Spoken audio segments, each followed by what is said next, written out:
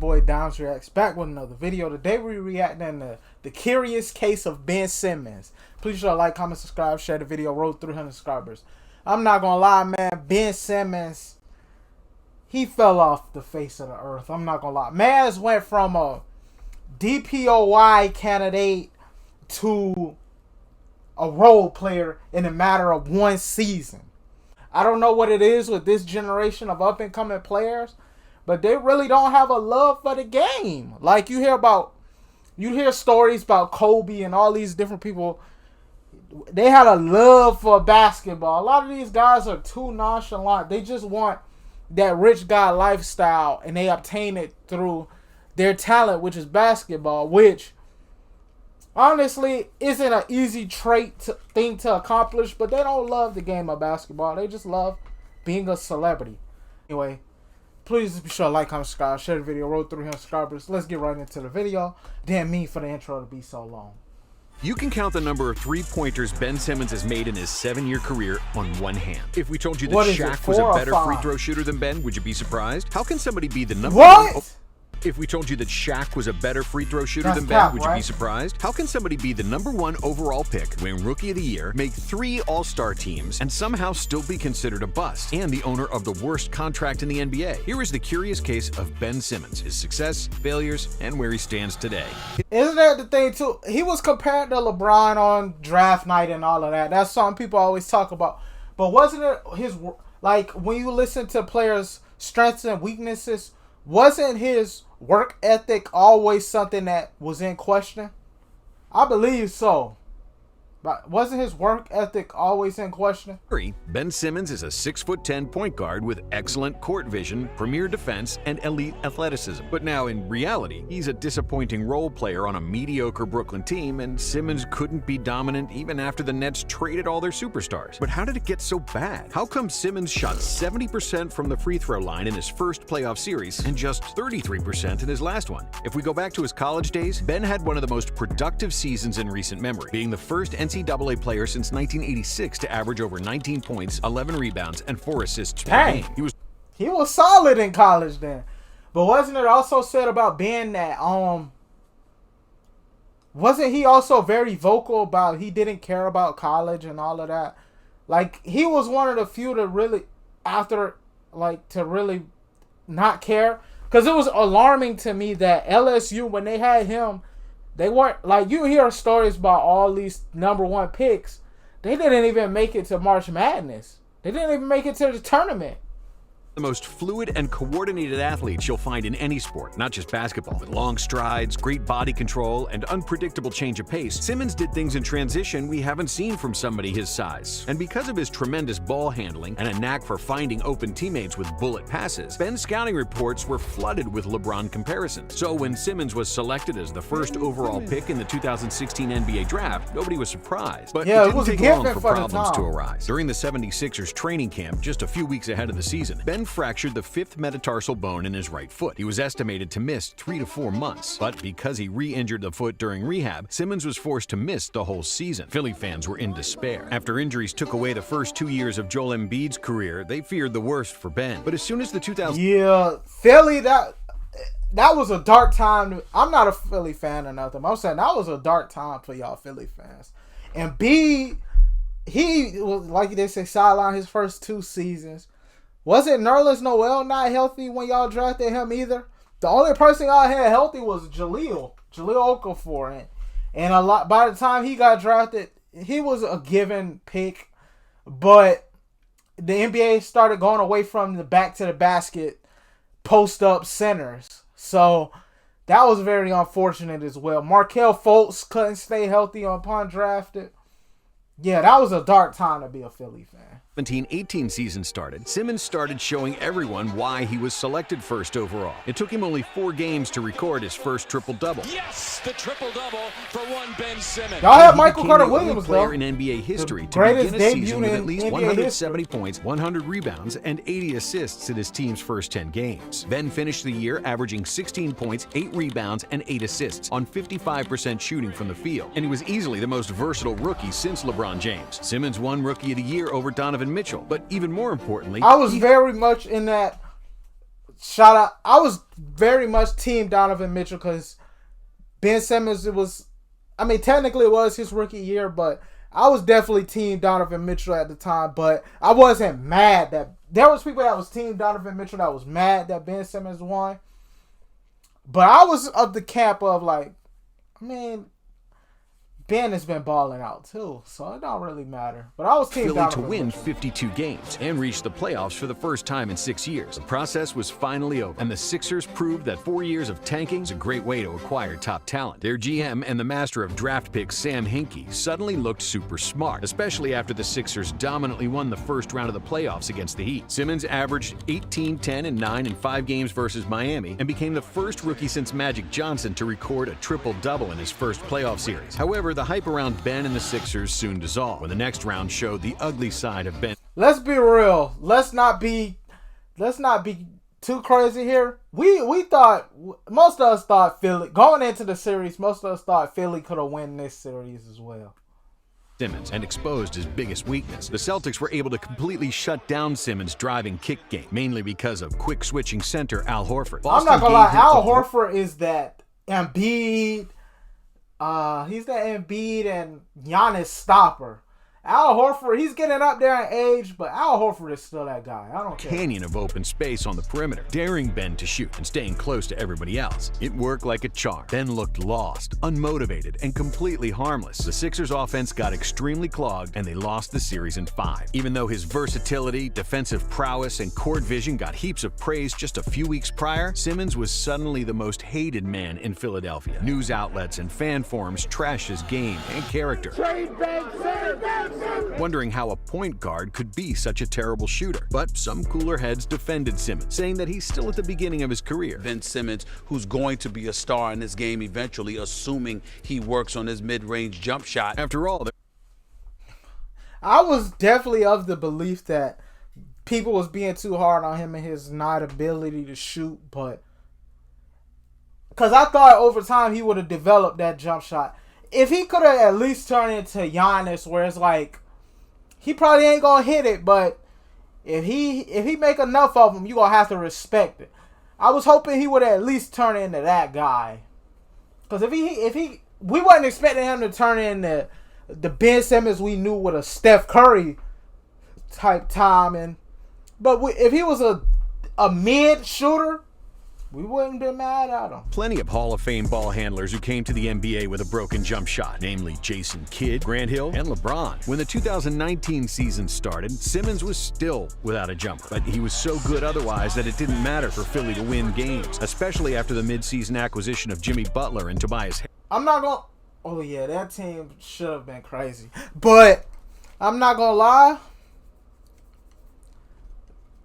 His play style was always gonna get it done in the regular season, but I would say playoffs is when the real players and the real coaches come out. Like, you gotta prepare. You have to prepare for a regular season game, sure, but when the playoffs come, that was when the chess matches and the adjustments and all of that really begins. By the end of his sophomore year, Simmons became an all-star with 22 triple-doubles and 0 made threes out of 17 attempts. When Philly was winning, the Sixers fans and the general public didn't care about his lack of shooting. But in the second round of the playoffs against Toronto, Ben's role quickly changed from ball-dominant point guard to offensive decoy. It was like winning an Oscar and then competing on Dancing with the Stars. What was most infuriating about Ben was his engagement and motivation. He often looked like he didn't even want to be on the court, and his disappearing act did not sit well with the Sixers fans. I'm trying to come to the game and you just sitting there not doing nothing. I'm getting mad. That's how I feel. In Game 7, when that jump shot went in after 4 bounces and I'm not knocked gonna the Sixers... lie, I say this every time I see this jump shot, but if Kawhi missed this shot, one of the craziest what-ifs in NBA history, that team probably would have went to the finals, and if the Warriors still got injured, they probably would have beat them, and Jimmy would have had a ring, and maybe he'd still be in Philly to this day. Or they lose to an unhealthy Warriors and the Jimmy situation blow up and people see where Jimmy's perspective instead of seeing him as the bad guy. of the playoffs, the first guy everyone blamed was Simmons. Still, his coach publicly praised his game and defended his weaknesses. Simmons also vowed to get better as a shooter and help his team win championships. When the next season started, the Sixers played a preseason game against a Chinese team, and Simmons finally made his first career three-pointer. The Sixers were so happy they celebrated like they won a championship. Still, it wasn't like he became Steph Curry. During the entire 2020 regular season, the highlight of his career was that corner three. I ain't gonna lie. But his all-around game became even more impressive, especially on the defensive end. Ben led the NBA in steals and made the third All-NBA team and first-team All-Defense. But then he got injured before the playoffs, and the Sixers were swept in the first round. In 2021, Simmons made his third All-Star team, recorded a record-high 42 points, and finished second in voting for Defensive Player of the Year. Yeah, I know he When was a playoffs runner-up came for around, his DPOY Achilles heel winner. became more evident than ever. Not only did Ben's shot not improve, it reached the lowest of the lows. During the playoffs, Simmons struggled at the free throw line and became the worst free throw shooter in postseason history at 34.2%, surpassing both Wilt Chamberlain and Shaquille O'Neal. Thanks to his shooting struggles, Ben's confidence evaporated like a glass of water in the desert. And because he was afraid to get fouled and shoot free throws, he stopped driving to the basket, which made him completely useless on offense. In the second round against the Hawks, Simmons did not attempt a single shot in the final quarter in 5 out of 7 games. Then, the low light of his career came in Game 7. With 3 minutes to go and the Sixers down by 2 points, Simmons had a wide open dunk, but then passed the ball because he was afraid to get fouled. Boy, Simmons, uncontested, had a layup, but he leaves it for Thibault. This completely shifted the momentum of the game, and the Sixers lost once again, with Ben scoring only 19 points over the final 3 games. Of course, just like in previous years, the general public threw him under the bus. I think he doesn't have what it takes mentally to play here. But unlike before, his teammate Joel Embiid and his coach didn't defend him. Simmons was crucified for his lack of shooting, more specifically for a lack of any kind of progress in that department. Writing was on the wall, and it was only a matter of time before he was going to get traded. And despite 4 years left on his mammoth contract, in August of 2021, Ben decided to ask for a trade. The only problem was that his trade value had sunk extremely low, and it was hard for the Sixers to trade him. And that's when the real drama started. Ben threatened to miss training camp to enforce his trade demand, while the Sixers wanted him to play to build up his trade value. You've got to be kidding me. Ben Simmons is out here making demands. Ben Simmons? Simmons, as he had indicated, missed training camp, which Embiid called extremely disrespectful. Ben's absence forced the 76ers to withhold the first quarter of his $32 million annual salary, which sobered up Simmons. He returned to the team on October 11th, but he was only there with his body, while his spirit was somewhere else. A few days after he started practicing, Coach Doc Rivers threw Simmons out of a practice due to negligent... Wasn't it also said that this probably was the practice? They say he had the phone in his pocket and all of that stuff too. Because I remember hearing something crazy about that. To do certain drills, and his overall bad attitude and poor body language. The team suspended Ben for the season opener, and his fines for missing training camp and team meetings amounted to $1.4 million. Simmons' next course of action was to say he was having mental health problems. Nobody really believed him. The Sixers continued to give him fines. He was getting cooked for saying that too. Like, people was like, oh, he's faking mental health issues. This is a new low for him. This is all-time low. Showing up to work. And by the end of 2021, Simmons became the most fined player in NBA history, surpassing $10 million in fines. Bro, you could... Became the most fined player in NBA history, surpassing $10 million in fines. I'm not pocket watching, as I proceed to probably pocket watch. But, you know, it's kind of crazy to say that you lose $10 million, and I mean, from the sound of it, it seemed like he didn't care. So it's like you hated Philly that much that losing $10 million didn't bother you. I want to get that rich, but I don't want to lose $10 million. But I'm pretty sure that added up over time. In the space of just 6 months, Ben Simmons and the 76ers relationship went from good to bad to extremely ugly. From a near defensive player of the year to a playoff disaster, and then to a guy who doesn't even want to put the team jersey on. Finally, on February 10th of 2022, Simmons was traded to the Brooklyn Nets in exchange for James Harden. James Harden to Philadelphia. And this was looked at as such a big win-win trade at the time, because Ben Simmons on the team with Kyrie and KD, that could, and they still had Seth Curry and who else did they have? I'm blanking. Joe Harris, I believe, was still on the team. You had shooters around Seth, So it's like you could have hid his biggest weakness, his inability to shoot. So people looked at this trade as a big win-win trade. And I was people. And Ben Simmons to Brooklyn. Most NBA analysts viewed the trade as a win-win, and there was still Exactly, plenty of hope and I for was Simmons. people. With Philadelphia, the I was Embiid and analyst. Simmons pairing offered very little spacing, as they both like to operate in the same space on the floor and have the ball in their hands. With the Nets, it should have been much easier for Ben to play the role of the small ball center, and essentially be what Draymond Green is for the Warriors. Because the Nets had KD and Kyrie, they didn't require Ben to score. He was brought in to play defense, rebound, and set up shots for teammates. He had all the tools to succeed in that role: speed, finishing at the rim, playmaking from the high post, and a killer transition game. Soon after his trade, Simmons was diagnosed with a herniated disc in his back, ruling him out for the remainder of the regular season. On the 21st of April, Simmons reportedly planned to make his season debut in Game 4 against the Celtics. He sent the message to his teammates that he would play, and the whole world looked forward to his Nets debut in a must-win game. Blue ball But just everybody. before the But opening, let's be real. You down 3-0, you really expected him to come and probably force one more game? Ben changed his mind and said that he wouldn't play after all, which caused another round of confusion and scrutiny. The Nets lost the game and the series, and Simmons underwent back surgery. Then, finally, at the beginning of the 22-23 regular season, Ben returned to action. But it didn't look pretty, and he looked like a shell of his former self. Simmons looked uncomfortable just looking at the basket, let alone trying to make a jump shot. Once again, he was not driving to the basket because it exposed his shooting struggles from the free throw line, and he shot just 44%, by far the worst mark in the NBA. His passive play was detrimental to the team, and what was worst of all, his defense wasn't much better either. Due to injuries, Simmons lost. Basketball is also very much a game of confidence.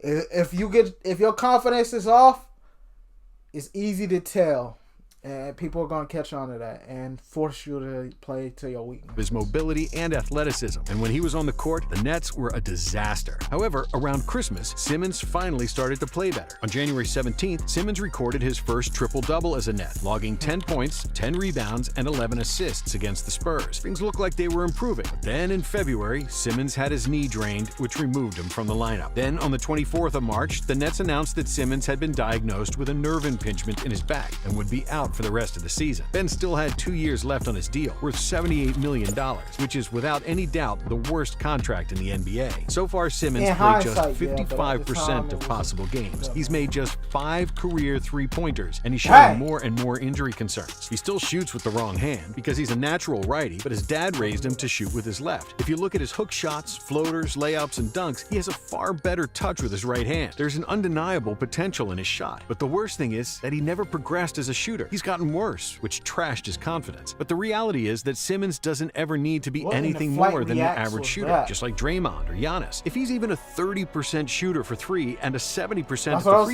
throw line, he'd be able to aggressively attack closeouts and drive to the basket without the fear of being fouled and sent to the line. Giannis is arguably the best player in the NBA, and he's not a good shooter. Ben Simmons is physically the closest thing to Giannis there is, in terms of running the floor and attacking the basket in transition. And Simmons is still only 27 years old, and if he gets his head together and his body right, he can still be an effective NBA player, maybe even an all-star. But those are some big ifs. At this point, he's more likely to retire than to return to his that's what I was going to say. It's kind of quick for me to write him off, but I don't know, man.